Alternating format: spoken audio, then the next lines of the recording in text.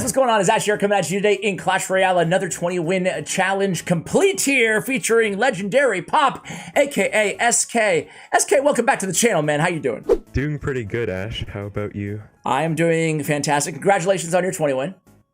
Thank you. No problem. I want to, before we get into the breakdown here, I want to ask you a couple questions about the deck and about your kind of overall philosophy with this particular Xbow deck. So let me start out, before I ask about this particular deck, let me ask you, why do you think that players familiar with Xbow, at least, why do you think it's a good deck for the 20-win challenge, if you do? All right, so mostly stemming from personal experience. I mean, I'm a 3.0 Xbow player. I'm sure most people out there would know the 3.0 Xbow cycle deck with Knight, Archers, Fireball, Tesla, but sadly the deck is just in such a bad spot right now. I feel like all the cards in it are just kind of bad. Like Archers are bad because of Golden Knight, Tesla is just bad because Cannon is just existing and better. So I feel like this deck is sort of just an upgraded version of 3.0, and so especially in a meta dominated by champions, we have the Archer Queen in this deck, as you can see, so it's really nice to be able to compete on an even playing field with that 3-card cycle as well. Yeah, it's a cross between like 2.9 and Icebow with the Queen in there, kind of, sort of. Are you playing it any differently than you would, talk about like playstyle, any differently than you would a typical Xbow deck? Yeah, absolutely. So we do have the Queen, which means we have really strong defense, and the most major thing is that we have the Rocket instead of Fireball. So that means we have the option to switch up our playstyle in case it's a really hard matchup, or we're not able to break through with the Xbow. That's where Rocket comes in really handy, because it kind of acts as a secondary win condition, does a lot of tower damage that can't actually be stopped by anything. So as long as you can defend well, you always have that option to Rocket. You are still playing the deck kind of aggressively though, because you do need Xbow connections, but in case that never works out, you can then switch to Rocket Cycle.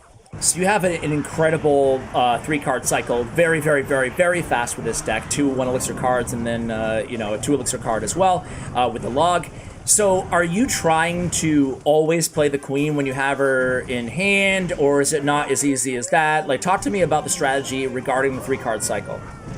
Okay, so definitely that strategy gets more implemented as you head into double elixir and overtime, because it's at that point where you maybe start spell cycling, you start abusing the cycle. But actually with this deck, you have to be kind of sparing with your Queen, especially at the start, because you'll notice we actually only have one air countering troop, which is the Archer Queen. Yeah. And so you do have to be sparing, because you can't really waste it, if that makes sense. Like, you don't have another Queen you can cycle back to easily. The champion cycle works kind of differently than normal cards, so you do have to be kind of sparing with saving her for the right cards. Like, for example, Lava Hound, you want to make sure you use her to the most effect on defense rather than just cycling her haphazardly. Okay, that makes sense. Easy enough. Let's go ahead and start with the 20-win. Want to go ahead and do some play-by-play, you know, bring my viewers into what you're thinking about as you're making the plays that you do? Yeah, of course. All right. So I was really nervous, like my heart was actually pounding. Did you have any losses at this point? I had 1 loss. Okay. So I was okay. I went 20-1 with this deck. I was okay in terms of if I lost again, but like I said, I was playing 3.0 at the start. I lost with it 2 attempts. I got 10 wins and 16 wins, so I just really wanted to be done and not have to stress about the challenge anymore. Indeed. When you got it done, and you got it done. So you're nervous right now. Yeah. Do you feel like you played a good game? Yes. I feel like, yeah, I was kind of dialed in. I mean, I just told myself, like, there's no time to think, just keep going. And yeah. So here, instantly, he's already punishing me for cycling log. I have to get all the way back. But I know this deck now, because you can kind of tell what decks are when you're like used to seeing them so often. So I know it's going to be this Inferno Tower, Skelly King deck. I wasn't sure, I mean, I wasn't familiar with the fact that he would have a log. But basically, Queen is nice because they can't really kill the Queen, they only have Fireball log. So you can get really nice value from your Queen in this matchup. And one really nice thing here is that I have the Fire Spirit, and Fire Spirit was a recently nerfed card, so people thought maybe it would be used less, but it's really nice, especially against Goblin Drill. So as you can see here, really nice component of the deck. Okay, nice. Not here, sorry. Yeah. But I'll show you later. Basically, Fire Spirit is really nice against Drill. And I was really mad about losing to Drill so much with 3.0 Xbow cycle, so I decided to keep the Fire Spirit in here, even though it was nerfed. Yeah. I've seen this deck run E-Spirit as well. Why do you prefer Fire Spirit to E-Spirit? Just because of that drill? I mean, yeah, really just Goblin Drill. Like, I Okay. lost to it so many times. There's a really popular Giant Skeleton Archer Queen drill deck, also Giant Skeleton Golden Knight drill deck.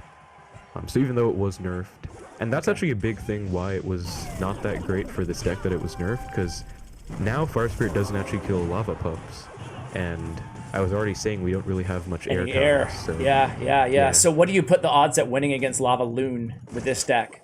Very slim? Lava Loon without Miner should be good, but Okay. Lava Miner is where it gets really dicey, because they have like Flying Machine, Skeleton Dragons, all these Fireball bait. But here you can see I'm keeping up a lot of pressure on offense, and that's just kind of a result of Queen. And now I kind of set up for another Xbow, but my Queen was counter pushing, and that's where you really get her value. So I'm also getting the 3-card cycle by getting my Queen here. Yeah, and it seems like you're always ready. We saw it earlier with Skeletons. We see it there with a Knight, always ready to put something in front of that Xbow, knowing that he has Inferno Tower in hand. Yep, exactly. So he's making the right play by going for those low Infernos, not giving me value, but I'm always forced to predict anyways. Okay, so you go right in, so Relentless. Here, yeah, and here I get a real nice log on offense, so I'm not always logging on the drill. Sometimes I'm logging on offense, and that is really a difference maker, because they expect you to always log the drill, so they stack all their log bait cards, but if you just take that value, it can be real nice. And here I predict the drill, which is one of the only ways you can fully counter. And here's what I was talking about, the alternate strategy. Yeah. So you went Rocket there because win condition was out of hand, and you predicted it, essentially. Yeah, I got a really nice defense, and there was no real point going in because I didn't have the right cycle to kind of support a good offense. So might as well just take that free 440 damage. Okay. But Cannon, so much value for you. Okay. Yeah, and here's what I was talking about. Fire Spirit plus Log will fully counter a drill for only the spawn damage. So that is still an interaction that's remained, and I really like that. Yeah, not bad at all.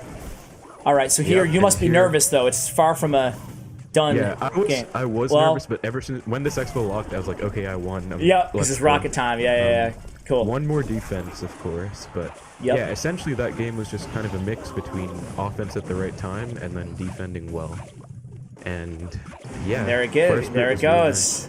Give him the good game. Yeah. Well done, man. Well done. Then you got your 20 wins. There it is, man. Yeah. All right, let's go into the next one here. It's a different matchup against Logbait. So let's press play in 3, 2, 1, go. Yep, so Logbait, I wanted to share this one because Logbait's a very popular deck right now, and this really shows how powerful the Queen can be in Logbait.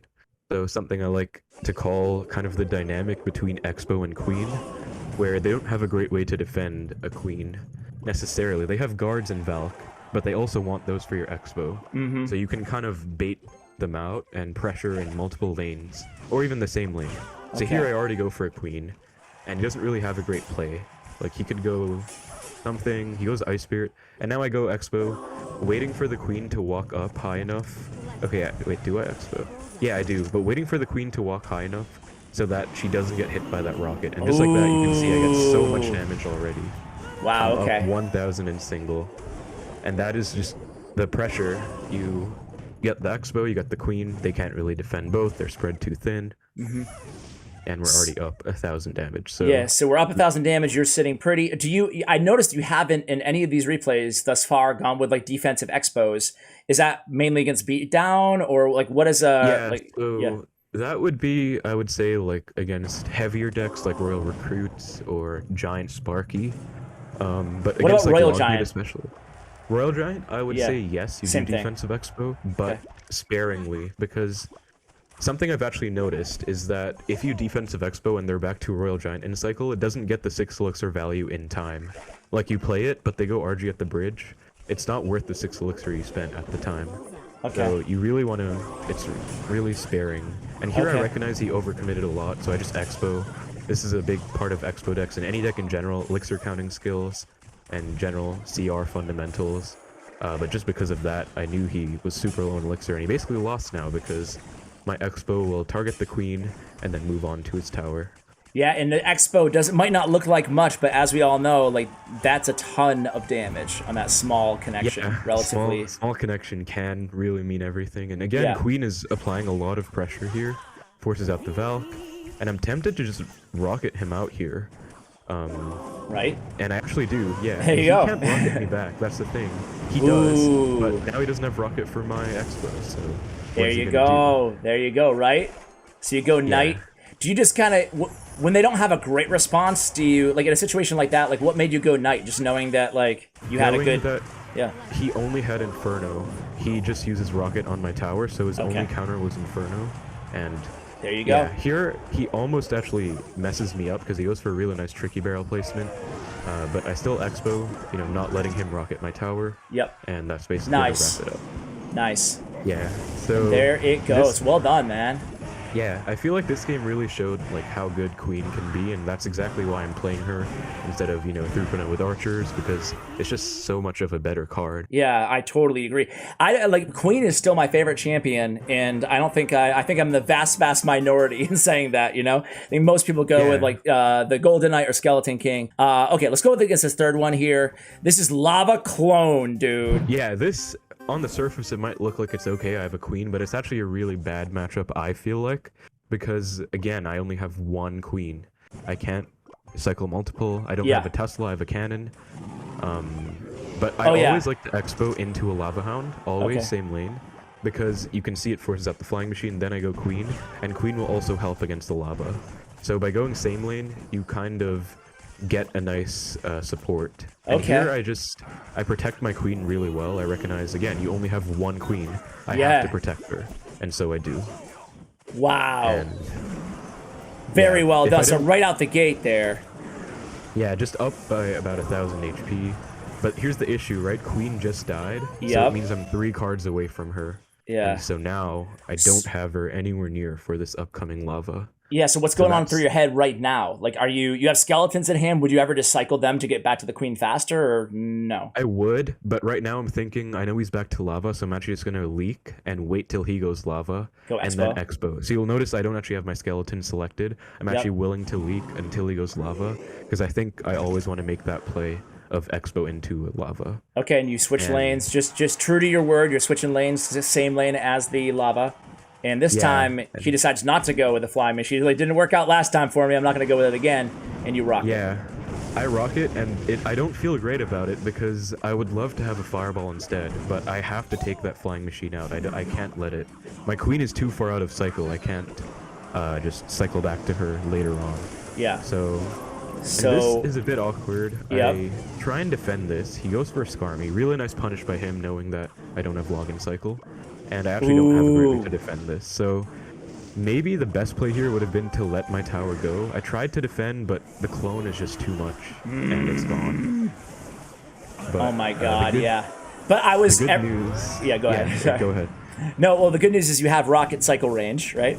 Is that what you're going to say? Or spell cycle? Well, no, actually, well, normally yes, but in this case no, because I can't afford to throw 6 elixir away when I might just lose to his push, so I actually do have to go in offensively. Okay. But I was going to say, and I make sure I hit my rocket again. The good news is that in a tower trade situation, you do have the king tower helping out. So even though I only have the queen, I have another air support, or air targeting card, or king's not a card, but I got you. Yeah. And really nice log on all those clone skeletons. Beautiful. And here I basically won now because I got a really perfect defense. All I have to do is predict his lumberjack on my Xbow, which I do. I know that's basically the only way he can play it, so I just predict that. And there it is. Yeah. And you like in these matchups, so beatdown matchups, you can't really spell cycle. You kind of have to get Xbow locks. Dude, you played so well there. That was a good... We should have started with that one because that was a beautiful template of like how to handle any lava deck. I assume you do the same strategy no matter what the lava deck is, essentially, for the most part. Yeah, I would Xbow same lane, and then I would always try and get a queen on the support. So say it's a lava loon push, I'd probably go cannon to separate the loon from the lava, then go queen on top of the loon instead of on top of the lava. Because you want to take out the bigger threat first, always, not the Lava Hound. Lava Hound is just tanking for their other threatening cards. All right, man. Well, are you still uploading on your YouTube channel? Yeah, I have been taking it a bit slower, but I'm still going quite a few times a week. Okay. That's not slow. That's good. All right. Yeah, and by the time this is out, I'll probably have posted my 20-win live video. Fantastic. That will be really, really cool for my viewers to watch right now. It should be live. I'll have that linked in the pinned comment and the description for you guys. SK, thank you so much again for taking the time to break down these matches. Always a great guest. Love having you on. Yeah, thanks for having me, Ash, and thanks for showing Xbow some more love on the channel. Always doing what I can, man. Thanks so much for coming on, and we'll talk to you soon, man. All right, take care. You too, man. That's going to do it for the video, guys. Thank you so much for watching. Try the deck if you want to. The deck link will be in the description below, and make sure you go ahead and give SK some love on his YouTube channel as well. Thank you, and as always, take care, guys.